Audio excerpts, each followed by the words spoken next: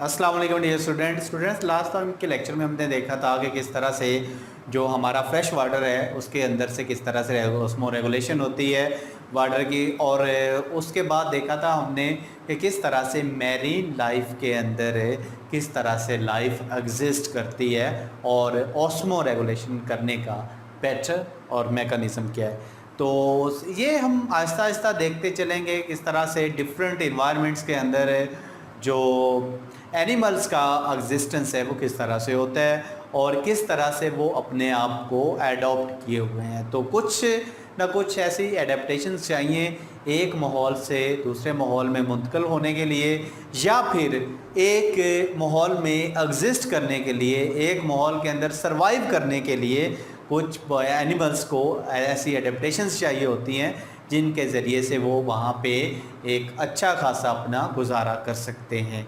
तो आज का जो हमारा टॉपिक है वो है टेरेस्ट्रियल लाइफ के हमने पढ़ना है कि किस तरह से खुश्की पे जो जानदार रहते हैं वो किस तरह से ऑस्मो रेगुलेशन करते हैं और किस तरह से जो उनकी लाइफ का पैटर्न है वो किस तरह से वहाँ पे चल रहा होता है। तो आइए आज के लेक्चर का आगाज़ करते हैं। आज का जो हमारा टॉपिक है वो है osmo regulation in terrestrial animals कि टेरेस्ट्रियल जो खुश्की पे रहने वाले एनिमल्स हैं वो किस तरह से ऑस्मो रेगुलेशन करते हैं। तो सबसे पहले हम देखते हैं कि ऑस्मो रेगुलेशन टेरेस्ट्रियल लाइफ में होती किस तरह से है। उससे पहले हम देखेंगे कि वहाँ पे कौन कौन से ऐसे प्रॉब्लम्स एनिमल्स को फेस करना पड़ सकते हैं। सबसे पहला तो ये प्रॉब्लम होगा कि अगर वो खुश्की पे रह रहे हैं तो वहाँ पे जो पानी की वहाँ पे कमी होनी है, क्योंकि इतना पानी ज़्यादा नहीं होगा खुश्की पे as compared to marine and water fresh water ecosystem और इन्वायरमेंट। अब देखें हमारे पास सबसे पहला प्रॉब्लम ये होगा कि वहाँ पे एवेपोरेशन ऑफ वाटर होगी। कहीं भी एनिमल्स जो कि एक टेरेस्ट्रियल लाइफ के अंदर एग्जिस्ट कर रहा है तो वहाँ पे क्या होनी है, गर्मी होनी है, खुश्क मौसम होना है, तो वहाँ पे क्या होनी है, एवेपोरेशन ऑफ वाटर हो जानी है उसकी बॉडी से। पानी क्या करेगा, बुखारात बनकर उड़ना शुरू कर देगा, जो कि अक्सर जो गर्मियों में जो इंसान होते हैं हमारे अंदर से भी क्या होता है, जो पानी है वो पसीने की सूरत में वो क्या होता रहता है, वो एवेपोरेट करता रहता है। और ये एडेप्टेशन किस तरह से आई हैं ये भी हम आने वाले लेक्चर में सीखेंगे। अब देखें ये तो है प्रॉब्लम एवेपोरेशन ऑफ वाटर, सबसे पहली प्रॉब्लम ये है। और ये बायस किस चीज़ का बनेगी, ये डिहाइड्रेशन का बायस बनेगी एनिमल्स के अंदर। जो एनिमल्स खुश्की पे ड्राई कंडीशन में टेरेस्ट्रियल में रह रहे हैं वो क्या होंगे, उनमें एवेपोरेशन ऑफ वाटर होनी है, पानी बुखारात बनकर उड़ जाना है और ये डिहाइड्रेशन का बायस से बनेगा। लेकिन कुदरत ने ऐसे एनिमल्स को भी तनहा नहीं छोड़ा, बेयारो मददगार नहीं छोड़ा। ऐसे एनिमल्स के अंदर भी कुछ एडेप्टेशंस होंगी और वो हम देख लेते हैं किस तरह से डिहाइड्रेशन से बचा जा सकता है। तो प्रॉब्लम ये है evaporation of water. Evaporation of water किसका बायस बनेगी, डिहाइड्रेशन का बायस बनेगी। लेकिन कुदरत ने ऐसे एनिमल्स के अंदर भी जो कि टेरेस्ट्रियल एनिमल्स हैं इनके अंदर भी कुछ एडेप्टेशंस रखी हुई हैं और वो हम देख लेते हैं। तो सबसे पहली एडेप्टेशन ये है कि इनकी जो बॉडी है ये कवर्ड होती है exoskeleton, body covered by exoskeleton. Exoskeleton क्या है, ये एक भाई इनकी बॉडी के ऊपर एक होल होता है, जो कि अक्सर हमारे जो इंसेक्ट्स हैं इनकी बॉडी के ऊपर भी एक क्या होता है, वैक्सी क्यूटिकल लेयर भी होती है। और सम टाइम क्या होता है, एक एक्सोस्केलेटन इनकी बॉडी के ऊपर पाया जाता है। फॉर एग्जांपल ये फर्ज कर लेते हैं कि हमारे पास ये एक क्या है, इंसेक्ट है या कोई भी एनिमल है, तो इनकी बॉडी के ऊपर इस तरह का एक क्या होगा, स्पेशली आउटसाइड द सरफेस ये क्या होगा, एक होल सा होगा, एक एक्सोस्केलेटन होगा। इसका फंक्शन क्या होगा, जितने भी एनिमल्स, फॉर एग्जांपल ये एनिमल इस पे इसके नीचे रह रहा है या इसके ऊपर एक प्रोटेक्टिव लेयर है जो कि एक्सोस्केलेटन है,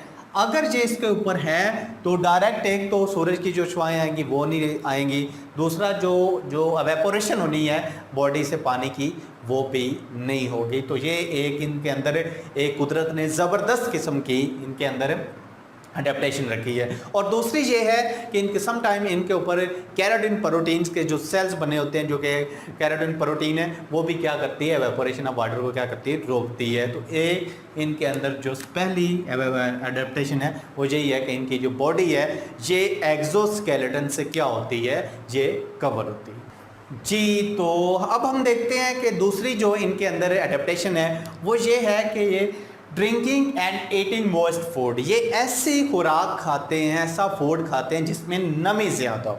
जब नमी का डायरेक्ट रिलेशन किससे है, वाटर से है, कि अगर ऐसी ये खुराक खाएंगे जिसमें जो वाटर है ये ज़्यादा तौर पर पाया जाता है। अगर पानी ज़्यादा होगा तो यहाँ पे ऐसी ये खुराक खाएंगे तो इनमें पानी की जो कमी है ये नहीं होगी। तो जो थर्ड वन हमारे पास एडेप्टेशन इनके अंदर कुदरत ने रखी है कि ये जो यूरिन है, ये कंसनट्रेटेड यूरिन को क्या करते हैं, प्रोड्यूस करते हैं, कंसनट्रेटेड यूरिन प्रोड्यूस करते हैं। ये जो इनका पेशाब होगा ये कंसनट्रेटेड होगा। और कंसनट्रेटेड यूरिन किस तरह से प्रोड्यूस होगा, अब देखें आने वाले लेक्चर में हम मज़ीद भी ये देखेंगे कि कंसनट्रेटेड यूरिन किस तरह से वाटर को बॉडी के अंदर कंजर्व करते हैं। अब देखें, अगर कंसनट्रेटेड वाटर यूरिन प्रोड्यूस होगा तो क्या होना है, जो वाटर की कंसनट्रेशन है ये मैक्सिमम बाय किडनी क्या होगी, ये रीअब्जॉर्ब कर ली जाएगी बॉडी के अंदर। यानी कि ज़्यादा जो अगर जितना पतला पेशाब पैदा होगा वो क्या होगा, वो तो रिलीज़ हो जाएगा, एक्सक्रीट हो जाएगा बॉडी से। तो थ्रो एक्सप्रेशन ये क्या करेगी, जो वाटर है उसको जो यूरिन फॉर्म में आना होता है उसे बिल्कुल थोड़ा सा क्या होगा, वो यूरिन के फॉर्म में निकल जाएगा और बॉडी ज़्यादातर वाटर को क्या करेगी, ये अब्जॉर्ब कर लेगी बॉडी के अंदर। तो ये इनके एक अंदर अल्लाह ताला ने एक ज़बरदस्त किस्म की एडेप्टेशन रखी है कि ये क्या करते हैं, थ्रो किडनी मैक्सिमम जो वाटर हम जितना पीते हैं उतना यूरिन के ज़रिए एक्सक्रीट नहीं हो जाता, बल्कि क्या करते हैं, ये कंसनट्रेटेड यूरिन प्रोड्यूस करते हैं। और वो कंसनट्रेटेड यूरिन में क्या होगा, पानी की अमाउंट है बहुत कम होगी as compared to dilute urine. तो ये एक इनके अंदर ज़बरदस्त किस्म की एडेप्टेशन है। और अगली जो हमारी आ रही है, जो चौथे वाली एडेप्टेशन है, वाटर ऑफ मेटाबॉलिज्म। कुछ ऐसे एनिमल्स कायनात में टेरेस्ट्रियल इकोसिस्टम में पाए जाते हैं, जैसा कि कैंगरू रैट है, ये क्या करते हैं, वाटर ऑफ मेटाबॉलिज्म प्रोड्यूस करते हैं। ये एनिमल्स क्या करेंगे, बहुत क्या है, जैसा कि कैंगरू रैट है, ये पानी पिए बगैर भी ज़िंदा रह सकता है, लेकिन किस तरह से ज़िंदा रहता है, ये एक बड़ा क्वेश्चन है। कैंगरू रैट के केस में ये क्या करेंगे, ये ज़्यादातर ऐसी खुराक खाएंगे जिसमें कार्बोहाइड्रेट्स बहुत ज़्यादा हैं।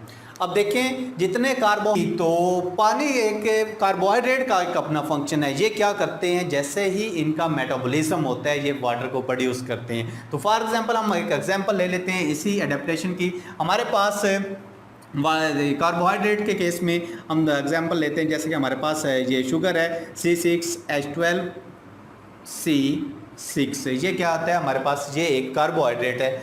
जब कार्बोहाइड्रेट ये ऑक्सीजन की मौजूदगी में इनको तोड़ा जाएगा, इनका मेटाबॉलिज्म होगा बॉडी के अंदर, तो ये क्या प्रोड्यूस करते हैं, हमारे पास नंबर 1 पे ये प्रोड्यूस करेंगे एनर्जी, फिर प्रोड्यूस करेंगे कार्बन डाइऑक्साइड और फिर प्रोड्यूस करेंगे वाटर। तो यानी कि हमारे पास जब कार्बोहाइड्रेट्स का मेटाबॉलिज्म होना है तो क्या उसके रिजल्ट में हमारे पास नंबर 1 एनर्जी मिलेगी, कार्बन डाइऑक्साइड प्रोड्यूस होगी और वाटर प्रोड्यूस होगा। अब देखें, कैंगरू रैट के पास पानी तो नहीं था कि ये खुश्की वाले माहौल में रह रहा है, वहाँ पे पानी मुमकिन है कि वहाँ पे हो ही ना, तो ये ऐसी खुराक खाएगा, ऐसी खुराक खाता है जिसके अंदर कार्बोहाइड्रेट्स ज़्यादा होते हैं। तो जैसे कार्बोहाइड्रेट मैदा के अंदर जाएंगे, एक बॉडी के अंदर जाएंगे, तो इनका क्या होना है, मेटाबॉलिज्म होना है। जब इनका मेटाबॉलिज्म होता है तो ये हमारे पास एक ज़बरदस्त किस्म की एग्जांपल हमें मिलती है कि ये एक क्या है, कार्बोहाइड्रेट है। जब ऑक्सीजन की मौजूदगी में इसका मेटाबॉलिज्म होगा तो एक एनर्जी मिलेगी, नंबर 2 पे हमारे पास कार्बन डाइऑक्साइड रिलीज़ होगी और नंबर 3 पे हमारे पास वाटर भी क्या होना है, इसी मेटाबॉलिज्म, इसी मेटाबॉलिक रिएक्शन के ज़रिए से ये वाटर भी प्रोड्यूस होगा। तो इस किस्म के एनिमल्स जैसे कि कैंगरो रैट है, ये क्या करेंगे, हमारे पास ऐसी खुराक खाएंगे जिसमें कार्बोहाइड्रेट्स ज़्यादा है, और कार्बोहाइड्रेट्स क्या करते हैं, आफ्टर मेटाबॉलिज्म ये वाटर को प्रोड्यूस करते हैं। तो ये एक इनके अंदर ज़बरदस्त किस्म की एक अडेप्टेशन है। और नंबर 5, टॉलरेशन ऑफ डिहाइड्रेशन। ये एक शॉर्ट क्वेश्चन के तौर पर भी पूछ लेते हैं कि टॉलरेशन ऑफ हाइड्रेशन, डिहाइड्रेशन को हम एनहाइड्रोबियोसिस भी बोलते हैं, और ये हमारा शॉर्ट क्वेश्चन के तौर पर ये अक्सर बोर्ड का एक फेवरेट क्वेश्चन है कि डिफाइन एनहाइड्रोबियोसिस। ये एक्चुअली इसमें क्या होता है, जो टेरेस्ट्रियल एनिमल्स हैं ये ज़्यादातर जो पानी की कमी है इसको बर्दाश्त भी कर लेते हैं, और उस प्रोसेस का नाम है anhydrobiosis. Toleration of dehydration is called anhydrobiosis, and this is the example of, this is the modification of, this is the adaptation of terrestrial animals। तो आज का लेक्चर यहीं पे ख़त्म करते हैं। आई होप आपको समझ आया होगा। अल्लाह हाफिज़।